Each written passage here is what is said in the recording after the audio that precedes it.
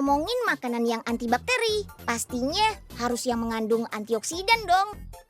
Nah, ini dia salah satunya. Ini bukan sebarang pasta. Pasta ini punya campuran daun basil dan bawang putih yang kaya akan antioksidan. Wah, sudah enak, terus bikin sehat lagi. Sebelum melihat proses pembuatan pastanya, kita kenalan dulu yuk sama daun basil yang mirip sama daun kemangi ini. Nah, ini dia tanaman basilnya. Harum. Nil, kamu lagi apaan tuh? Halo Eren. Ini Unyil lagi lihat-lihat daun basil nih. Daun basil. Ini mah daun kemangi. Nih, sama. Iya, sekilas bentuk dan wangi khasnya memang mirip sih. Karena memang masih satu keluarga. Makanya banyak yang bilang ini sama. Tapi daun basil sama kemangi itu beda kok. Oh iya, mumpung lagi di sini, kamu mau tahu nggak apa bedanya? Mau. Ya udah, kalau gitu, yuk, come on. Pertama kita bisa lihat dari bentuk daunnya nih. Tuh lihat, ukuran daun basil lebih besar dan tebal, juga lebih mengkilap. Wanginya juga lebih tajam dan tahan lama. Iya Nil, wangi. Iya, wangi ini karena daun basil punya kandungan essential oil. Makanya nggak cuma buat makanan aja. Sekarang daun basil juga dipakai untuk campuran kosmetik. Lalu dari kandungannya, daun basil mengandung segudang antioksidan seperti fenolik dan polifenol yang punya sifat anti peradangan, anti penuaan, dan antibakteri. Nil, emangnya bisa dibuat lalapan kayak daun kemangi?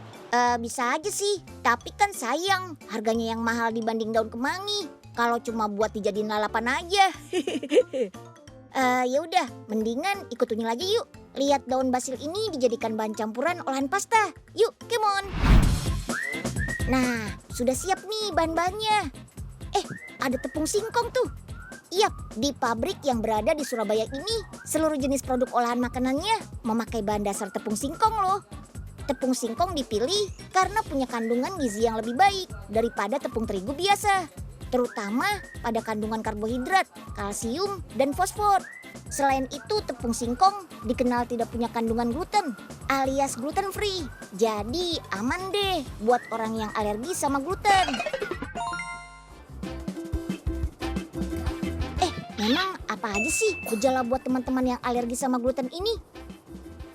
Gejala yang umum adalah gatal-gatal sampai muncul ruam merah di kulit dan masalah pencernaan akibat muncul gas yang berlebihan seperti kembung sampai sembelit. Dan perlu diingat, gejala-gejala ini biasanya muncul sesaat setelah kita mengkonsumsi makanan yang mengandung gluten, seperti makanan yang terbuat dari tepung terigu dan gandum. Jadi, kalau teman-teman punya tanda-tanda seperti tadi, buruan cek ya apakah memang alergi terhadap gluten atau tidak. Oke deh, sip, lanjut. Untuk menghasilkan tekstur yang kenyal pada pasta, maka diperlukan tambahan tepung beras dan tepung maizena sebagai campurannya. Dan ini dia daun basilnya. Daun basil yang digunakan di sini adalah daun yang masih segar. Jadi setiap ada jadwal produksi, daun basil langsung didatangkan dari petani setempat. Nah, biar melawan bakterinya makin efektif, tambahkan bawang putih yang punya senyawa belerang dan alisin. Kandungan ini punya sifat antibakteri dan anti jamur loh.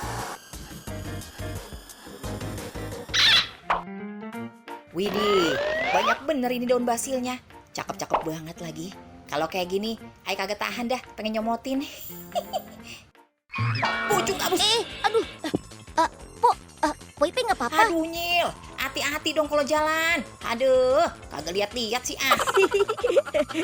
Itu di muka Poipe jadi banyak daun basil tuh. Kagak ada sopan-sopannya nih bocah, malah ngetawain lagi.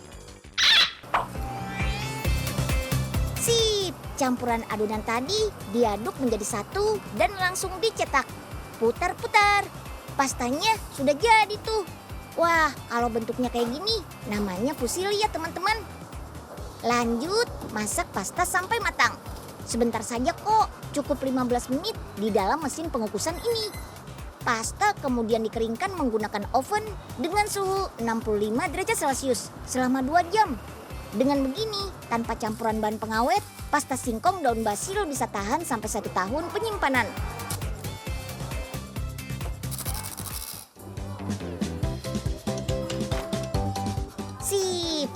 sekarang kita masak-masak nih. Hore! Wah, sudah ada Michael dan Emily yang mau bantuin Chef Ervin tuh. Let's go! Pertama, kita masak pasta singkong daun basilnya dulu nih. Pasta direbus, kemudian ditumis bersama bawang putih dengan api sedang. Sambil diaduk, tambahkan bumbu penyedap seperti lada hitam, garam, dan merica secukupnya. Hati-hati, jangan sampai gosong. Oke. Lanjut kita bikin sausnya nih. Ada cabai merah, bawang putih, bawang merah, dan tomat. Semuanya dihaluskan bersamaan, kemudian dimasak deh. Wah, mau bikin bumbu apa ya? Yap, bumbu balado. Cita rasa pedas dan gurih khas bumbu Minang ini cocok banget loh berpadu sama pasta dengan aroma daun basil yang kuat. Yummy. Wah, ternyata pasta asal Italia juga bisa ya diolah dengan cita rasa khas Indonesia. Mantul.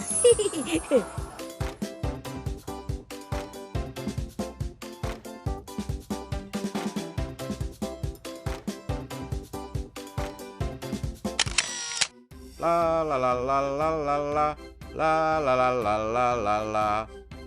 Wih, emang bener rezeki nggak kemana. Ini kan makanan dari Italia itu ya.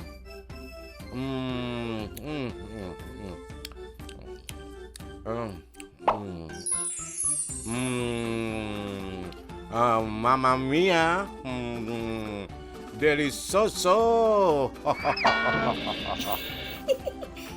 Gah, sejak kapan situ punya kumis kayak begitu? Hah? Ini gara-gara pasta Italiano ini, Po.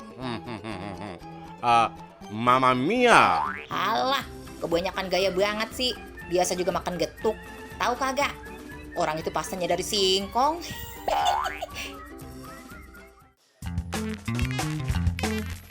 Teman-teman, sebenarnya nggak semua bakteri itu jahat kok.